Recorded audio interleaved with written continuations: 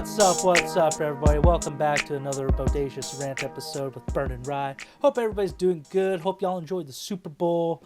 Hope the commercials. Well, I'm not going to talk about that stuff right now. So whatever happens, happens. But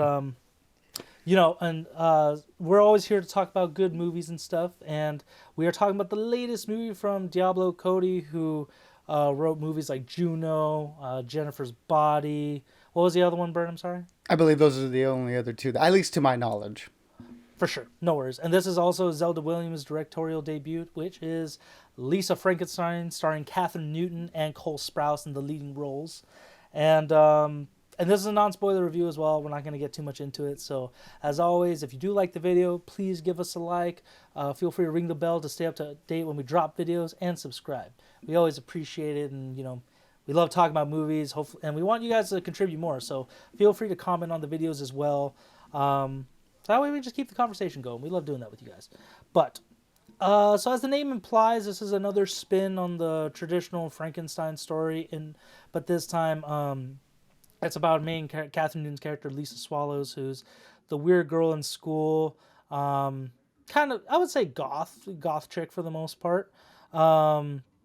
And she ends up conjuring up a corpse of a young man, who died many years prior, and it's a coming of age tale, kind of a romance about with basically Frankenstein's monster, and that's literally as much as I can say without spoiling it too much, because there actually is a little bit more to it than that. But and I didn't know how to feel, like what I was going to really expect in this movie. I expected some quirkiness and it's a rom-com coming-of-age story. But I feel like, in my opinion, it was definitely geared more towards, like, teenagers and stuff this time around. But there are some coming-of-age stories, like, I feel like movies like Easy A, Superbad, Booksmart, which I really loved. Given two of those are rated R and the other one's PG-13, I feel like they're definitely better for all ages. Like, anyone can appreciate it. I don't know if that's how you felt about it, Bern. Yeah, definitely got that sort of vibe that it was definitely geared towards a younger audience, especially considering Diablo Cody's other writing other movies that she wrote, with as you mentioned, Juno and Jennifer's Body. I did look up a couple other movies that she did. She also did a couple of Charlize Theron movies that I haven't personally seen, Young Adult and Tully. But this one is definitely more in the style, I would say, of Juno and Jennifer's Body, but not necessarily that sort of tone. Like you mentioned, it is a little bit more toned down, and it being a PG-13 movie and geared towards younger audience. And I would say, like you mentioned, like an audience of kids who I would say have more goth tendencies, a little bit darker, a little bit edgier in a certain sense. But that being said, I did appreciate that it sort of committed to that sort of tone and that sort of style. We don't get a lot of movies these days with those sort of sensibilities, so it was fun to see it in that sense. Where it doesn't work entirely for me was that it felt like the movie didn't really commit as hard enough to that aspect as I wish it could have. Felt like there were definitely moments where it was holding back a little bit, and maybe that might be due to the rating. Maybe the PG-13 rating limited them in certain aspects. I would be curious to see if this movie has an R-rated cut in like some form or fashion. But if it's just this is what we got, I feel like they could have played around with the aspects a little bit more. In particular, the Frankenstein aspects. I felt like some of those weren't as delved into as I wish it could have been. But where it mainly focuses on is sort of, I guess, the rom-com aspect and the relationship between Catherine Newton's character and Cole Sprouse's character, which I think they had a lot of fun with on that sense. And the quirkiness, the weirdness, the sort of Tim Burtonisms of the characters, I thought really worked for me. Carla Gugino, she felt like out of everyone, she knew the assignment of this movie, and she was in particular pretty great. If we're talking about scream queens as of late, I would say she is the scream queen of this like generation, I guess, with in particular with all her work with Mike Flanagan. But with Catherine Newton, she's an up and coming star. It seems like she's doing a lot of like horror stuff lately. I know she's got another horror movie coming up later this year with the ballerina vampire movie that's coming out. But I think she was really good and had a lot of fun, and really, I guess, had some throwbacks to Winona Ryder and her earlier movies. So I think she did really good.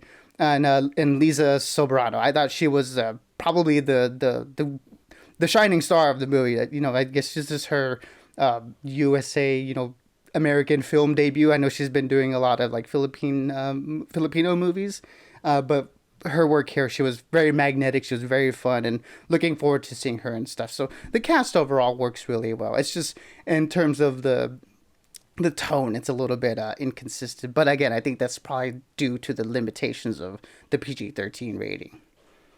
Yeah, and that's totally fair. Carla Gugino was great. She again, don't want to spoil it too much. She was definitely a piece of work in this movie, but she's great at comedy. She doesn't really I haven't really seen her in a whole lot, unfortunately, but she still got it.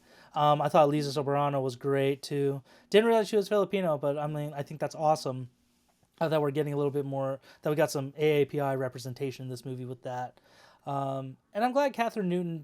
This was like I want to say her first leading role where she's actually like leading the movie, like main title and stuff. Because not to say she hasn't been in like major movies like Blockers, Ant-Man, Quantumania and stuff, but I wouldn't consider her the leading role of those movies. Those they had like John Cena or Paul Rudd or anything like that. So overall, yeah, I think that the tone was definitely a little weird here and there. I did appreciate some of the Tim Burton esque color, like color waves of it all and stuff like that, and some of the humor was very like Tim Burton like. Um, but yeah, I think it's just one of those things. It could have been the rating where, yeah, it definitely played a little too safe, and I think it would have been better if it was able to just generate for like every audience, not just like teens and stuff. But again, that's not a bad thing. Um, you know, getting older and stuff, you're gonna realize there's movies, just for certain ages, like kid movies for kid movies, yada yada yada. So totally fine.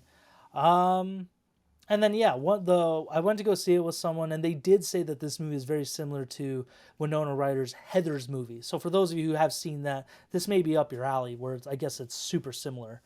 Having said all that, though, I'm going to give this movie a 3 out of 5, just because I think it's pretty solid.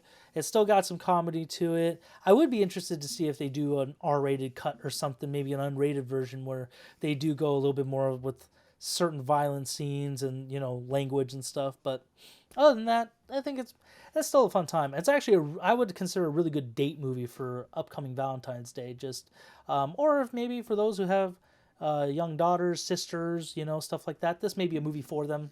I don't know what your taste is, but yeah, that's I would say it's good for certain people. Yeah, good call on the date movie aspect, especially with Valentine's Day right around the corner. It seems like it releasing around this time is perfect for that. So yeah, definitely. The like I mentioned, really fun cast that have a lot of fun in their roles. The cinematography I thought was pretty good, and along with the set design, again, very much akin to Tim Burton and some 80s, like the neon aesthetic was really nice to see. So overall, the movie had a fun sense of style and visual flair, which I really enjoyed, and in particular for a first time director, I thought Zelda Williams handled all that really well. And like I mentioned, it's a little bit of the inconsistent tone for me that doesn't quite mesh well with what's going on screen, and I feel like some of the editing too. I feel like some of the jokes were sort of not punchy enough, if that makes sense. I think they really could have had a little bit more fun with the edit, and thinking of the other previous movies of Diablo Cody with Juno and Jennifer's Body. Those movies had really really electric editing, and they really helped emphasize the comedic bits. And I thought this movie was a little bit flat in some of them. Not that it wasn't funny. I think there were some funny moments, but there was other moments that kind of fell flat just because the pacing wasn't quick enough. When it comes to comedy and horror, you really got to get that timing nailed down, and in some aspects here was a little bit inconsistent. So that was a little bit disappointing. But other than that, I did have some fun with the movie. Like you mentioned, probably not the target audience for this, but I walked away having a good amount of fun. And for me, it'll be a 2 out of 5 for me. Not bad in any way, not horrible. There's some fun aspects here, and I'm looking forward to see what Zelda Williams does. And her upcoming directorial career, because this is a solid start, but I definitely think she's capable of something better. And hopefully with a with a better editor or a better tone in other cases. But yeah, good start for her, and a fun, decent movie that you guys can have fun in, and in particular, a good date movie, I guess. Yeah, that is totally fair, Burn. For those of you who did happen to catch this movie, I know the Super Bowl was this last weekend, so totally fine if you didn't. But let us know what you thought in the comments and whatnot, especially with upcoming Valentine's Day. For those of you guys who maybe watch this, or ladies, you know, hopefully you guys give yourself an idea of what to do. But until next time, everyone, stay bodacious and keep on ranting for the both of us. Absolutely, everybody. Be good, be safe, and as always, we'll catch y'all on the next one.